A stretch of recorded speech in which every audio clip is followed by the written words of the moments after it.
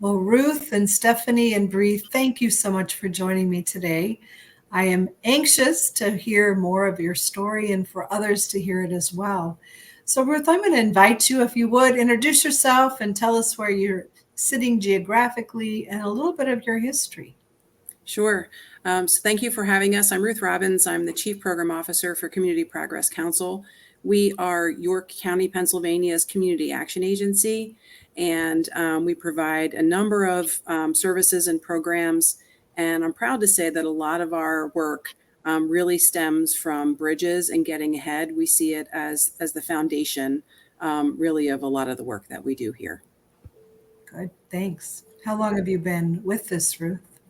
So I have been at Community Progress Council about 7 years. Prior to me getting here, our president and CEO, Robin Rohrbaugh, arrived, I think, about 11 years ago. Stephanie might know. And really took a hard look at our mission statement as a new CEO and the work that we were doing. And our mission is to empower individuals and families to move toward self-sufficiency and to advocate for change to promote community growth. And a lot of the programming that we were providing at that time was primarily emergency services. So we were doing a lot of rent assistance and a lot of utility assistance.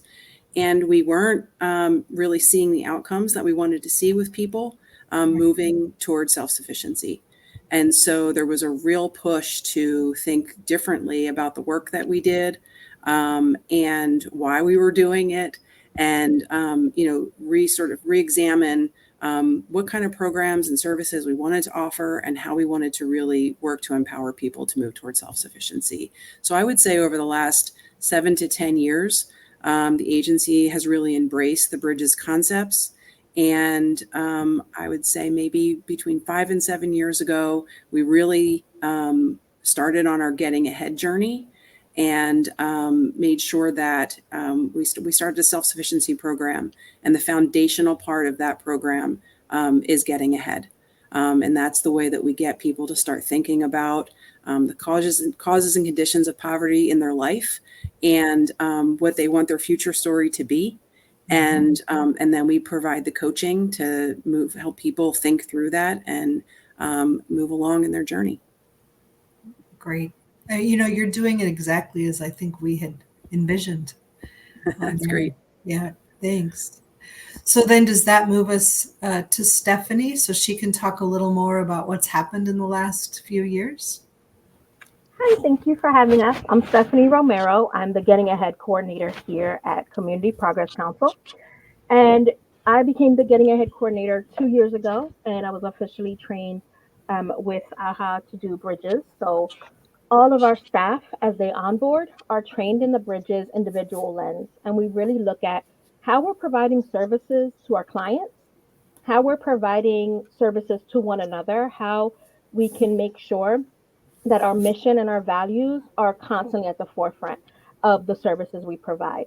We know that as people come to us, they might really be in that crisis and they might be in that mindset of wanting that quick fix. And so we really want to make sure that while we're helping stabilize their crisis, we're also discussing how coaching, how getting ahead, how to shift that mindset from today, the tyranny of the moment, to their future story. And so we've had over 235 graduates since 2018 from our Getting Ahead program here in York County. Right now, we have 3 cohorts running. We have 24 enrolled students, variety of ages, genders, races, religious backgrounds, socioeconomic classes, because we know that poverty looks different in every single demographic in a way. And so the groups really have very fruitful conversations because their lived experiences have all been very different. But the commonality being they want to see that improvement, they want to be self-sufficient, and they want to see the community grow. We know what resources are available here at CPC, at Community Progress Council. We know some of the resources that are available throughout the community because we are the action agency here, but we want to make sure that the clients and the people who live in York County have that access and that accessibility. And whatever barriers we can get rid of, we try our best to mitigate those barriers through coaching, through getting ahead, and just ensuring that whether they start because they were referred by their coach with getting ahead, or after they're done with getting ahead, they get plugged in with a coach. We want to maintain that stability. We want to maintain that mindset and that staying ahead. And so working with a coach helps ensure that what they learned in those 16 weeks can continue to grow and continue to build upon and layer their path. Self sufficiency can take years for many people, most people. It will take years and it will take an entire team. And so, our facilitators, we love when graduates facilitate. Bree will touch on that in a little bit because we can see that growth and we can see that it continues to go on as they do it again as a facilitator. Thanks. Great. We love it. You're following the fidelity of the model, and you're seeing it pay off and really have some changed lives. Thank you. Bree, I'm anxious to hear your story and things that you'd like to share as well. My turn. So, I started my getting ahead journey in 2022, but I was familiar with CPC. A few years before that, I had children in early Head Start and Head Start, and I sat on the board for Head Start for a little bit too. So, I was always really involved in my kids' life, and that's how I um, kind of got introduced to getting ahead, and I was able to focus on me for a change. And that experience was a whirlwind because at that time I had just had a baby in the NICU and I was in college and I thought I was doing all of the right things. But going through the getting ahead sessions allowed me to look at what I really wanted and how I wasn't really doing the things that I needed to do to get to my goals. So since completing the getting ahead, well, graduating, I graduated from college with a hospitality management degree in the middle of COVID that I cannot really use. So I was after going through this whole process, I was able to like look back and think about um, how I could pivot and not get stuck in that tyranny of the moment because I went through this long process and I earned something I should feel really great about, but now I can't use it. And before I learned how to think abstractly, I would have been just stuck in there. But I have it since I learned those skills. Oh, I'm getting flustered now. Sorry. Um, since I learned the skills through the getting ahead process, I have become um, more invested in building my social capital and coming out of my shell, and not just people who like my family and friends. But I joined the parent liaison group at my kids' school, and I became a facilitator, as you guys know. And I think I'm just overall in a positive mindset. And I have hope now. I think that a lot of the times when you live in poverty, you might think that you're alone, but getting ahead allows you to collect ideas with like-minded people, although you have different life experiences, if that makes sense. So I'm just really happy to be here. Well, we're happy to get to know you as well. There. I have a couple of other questions. I'm not sure who wants to answer. One of the things that I'm always wanting to know is what's next or what's kind of on the drawing board. So, do you have other things that you're envisioning as this continues to grow? Can I touch on something? Of Well, one of course. the things that I have experienced through getting ahead, I love this program and I tell everyone about it. And I think that there's plenty of reasons for everyone to participate. They feed you, they help you with childcare, and you get the stipend. But there's not really much motivation for people to come back and facilitate besides like the desire to continue the process. And I love what CPC does and I love what getting ahead does, and that's why I'm here. But I also learned through your process to value my time. And I feel like facilitators that have graduated from the program should also be eligible for some sort of financial, like, like I don't know, stipend or something. Yes. Thanks. Yeah, Another you're right. question. Sorry, go ahead. Yeah, I would say, Bree, you're right. I think where we're going with the program is that we just want to be able to sort of capitalize on the successes that we've had. Stephanie gets a ton of credit. She does a lot of work in finding people and getting these cohorts set up and making sure that we have childcare and food available and everybody is set and ready to go for each session. We've done a lot of good work. I mean, during COVID, we were doing sessions virtually, and I think we're still trying to find our place in terms of how to make it the most accessible as it can be. So if it's better for people to come and do it in person, we like it in person. We believe there's more connection that can happen when it's in person. But if it's really going to prohibit somebody from being able to attend, then we want to try to make sure that we're doing everything we can to make it possible for people. And I think, Bree brings up a good point that, maybe we need to be looking at how do we encourage more people to facilitate by providing stipends. I love it that you just said, I learned how to value my time. That's what we say to our investigators. We are paying you because you're investing in yourself. And we should be doing that with facilitators as well. So I think it's a good lesson for us. Thanks. One of the questions I get a lot of times when people are considering having getting ahead in their communities is funding. And I don't know if you have any secrets or things that you would like to share when you think about, how you've funded the classes and what's the future for that funding. Yeah, it's always tricky, but it's incredibly important. A lot of our programs are funded through federal and state funding sources. They don't always allow for us to do things like pay for stipends. So all of our fundraising campaigns has getting ahead in mind. So that we're always thinking about and our self-sufficiency program because a lot of the government funding has restrictions, right? So once you hit a certain level of the federal poverty level, you're no longer eligible for certain programs. Well, we built our program around the fact that we wanted to bridge the gap. When people start losing public benefits, oftentimes they have to make a choice to not take the higher paying job because they will lose money. Well, our self-sufficiency program funding allows for that money to bridge that gap. So somebody loses a little bit of money, our coaches are going to work with them to say, okay, you have now a $150 gap in your budget every month. If we come up with 50, could you come up with 100? And we negotiate that because we want them to get over that gap so that they can get the next raise and then they don't need that assistance any longer. So it's really about telling our story. This is part of telling our story. We have a lot of graduates from Getting Ahead. We have a lot of people involved in coaching. We are seeing people's income increase based on the fact that they're working intensively with coaches. And so we ask people to help fund those successes and value people's time and pay for their time. So I don't know that we have magic. I just know that we go out and talk to people about the good work that we're doing and ask them to support people as they make progress along their journey. Thanks.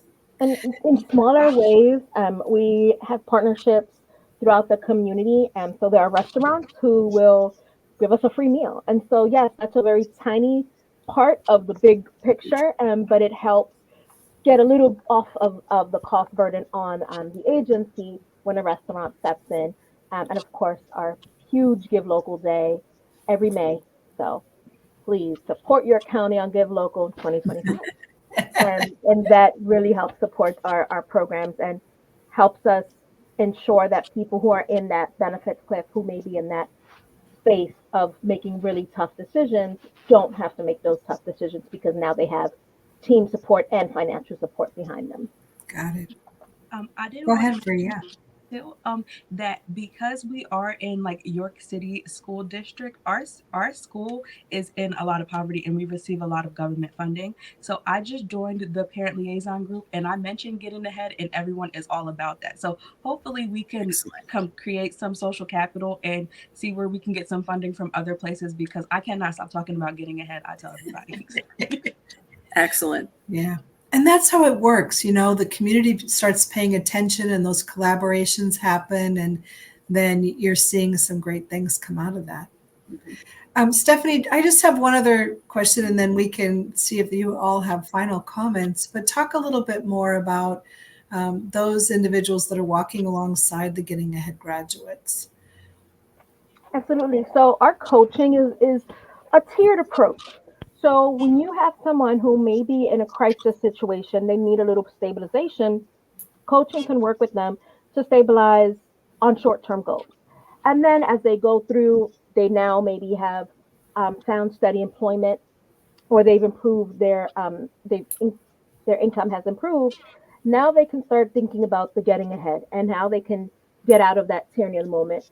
And so they'll do the 16 weeks of getting ahead, still working with a coach. If they're not already plugged in with a coach, early on in getting ahead, we're planting those seeds and we get them referred in. Then, once they graduate from getting ahead, they have several options. If they are now considered a little more stable, they have full time employment, and maybe their goals are long term, such as home ownership or getting a bachelor's degree. Those long term goals, they can now work with a self sufficiency coach. And so, again, that can be years of working alongside them and helping mitigate those barriers that come up. Like Ruth mentioned, someone might come to a coach and say, I got offered a promotion, but I'm going to get a $2 raise, but that means I'm going to lose 150 in food stamps and my SNAP benefits. Or I'm going to get this raise, but now my subsidy for my childcare, I'm going to now pay way more money. And so through self-sufficiency coaching, we can partner and say, how can we help you say yes to that promotion, get rid of that barrier by your own work, right? You putting in that um, physical, emotional labor, and make sure that you can get to that next step. And for a lot of people, using the language piece of getting ahead has really helped them advocate for themselves. And so seeing that and having the coaches use the same language, coaches are still using the Getting Ahead book. They're the ones facilitating the classes as well. And so they're using the same language in their coaching. They're using the Bridges book. They're using the same model. So when clients are coming and saying, I lost my job. Hey, that's okay. Things happen. Stumbling blocks will happen. It's not magic, right? And so, how can we make sure that even though you lost your employment, you're not going to lose your subsidy or your housing? How do we help with that? Something is minor. Someone might say, oh, I need steel toed boots. Let's help you get that, right? Because for one person, that's a quick trip to Walmart. For another, they might say, I can't take the job, right? And so making sure that we're building on that. Coaches have a lot of relationships in the community. They are out there building those relationships with community partners. We can't be the be all end all. I wish Community Progress Council would, but we know we need those partnerships. And so we have those connections. We serve on boards, we go to committee meetings, we go to events. And so this helps community see what Community Progress Council is doing and the benefits of our comprehensive integrated service model. Thank you. Wonderful. I'm going to spread the word because I know other communities need to hear this. Any last things you'd like to share? Anything that you didn't get to say? Questions I should have asked? Go, Bree. I have one thing that I just want to say to wrap up, and I feel like um, getting ahead helps you guys and other people learn a lot about people in poverty. You guys said that we're problem solvers. You highlight all the skills that we have, and yet it's still very, very hard for us to get employment. And when we look at all these skills that we say we have, and we think of ourselves very highly, and then we look at the job descriptions that kind of say you have to have a degree, you have to have like these things that if you boiled it down, I've been in college and I'm not saying that it's useless, but I'm saying that I like some people who have not gone to college have more skills than I have, if that makes sense. So I just hope that as the Getting Ahead program continues to help you get to know us, I hope that they can see value in the skills that we do have and maybe make some opportunities for us to get like paid for what we do, because that's why we're in poverty. It's a number, and we want to be involved. We help each other, we help other people, and there's just not a lot of compensation for people helping people. Like even in my job, I work in the healthcare field. We don't make a lot of money. In the childcare field, they don't make a lot of money. I think it's time for people who care for people to make more money. And hopefully, like hearing this will help people see that and make some job description changes. Yeah, thank you for sharing. Yeah, that's a really good point. And we did some of that work in our agency. I mean, we're an agency of 175 employees, so we're fairly large. And we went through all of our job descriptions and really talked about what requires a degree and what doesn't require a degree. Sometimes we're limited because regulation will tell us what some positions need to have. But I mean, this is an example of something I think that has grown, that is coming for us in the future and has grown out of some of the work that we've done, is that we created a teacher aid program. And we're getting creative in how we're funding that. We're getting some funding through our county. And that, to become an assistant teacher in Head Start, for example, you need to have specific credentials. Well, there's oftentimes that people come to us, they don't have those credentials. And we're just saying, well, sorry. So we're trying to meld a workforce development program with our early childhood education programs, trying to meld our workforce development program with our early childhood education programs, and created a teacher aid program. So someone could come in, you have to have all your clearances and you have to have a high school diploma. But if you have the sort of minimum standards, we're going to put people in the classroom as a third person so that they are observing and learning on the job. We're going to give them time outside of the classroom to do their schoolwork. And work together in a cohort to learn from one another, and get them to the credential where they can become an assistant teacher and then move on to become a lead teacher and potentially leave our agency. I always hate to say that because we want to hold people forever, but our mission is self-sufficiency. So if we can help somebody get an associate degree, a bachelor's degree, and then move into a school district as a teacher, and make a family sustaining wage, that is what we want to do for people. And so we're really working hard at building that pipeline to try to have an impact on the early childhood system, because it really is in crisis right now. It's one of our major programs in our organization. And we want to try to be that place where people can come and learn the skills and get the education to help them meet their goals, while they're helping us, in ours as well. Good. Thanks for sharing that. Yeah, there's potential for growth all over the place, and you just have to take it one step at a time. Got it. You have to get creative, right? I mean, it feels like a new world. Bree brought up COVID. It's a new world post-COVID, so we really need to think about things in a very different way. Agree. Yeah. Well, thank you all for your time today and just letting us get to know, have a glimpse of what's happening, and we'll continue to follow up. Bree, thanks for being here. It's nice to see you. Oh, thanks. It's nice to see you too. Thank you.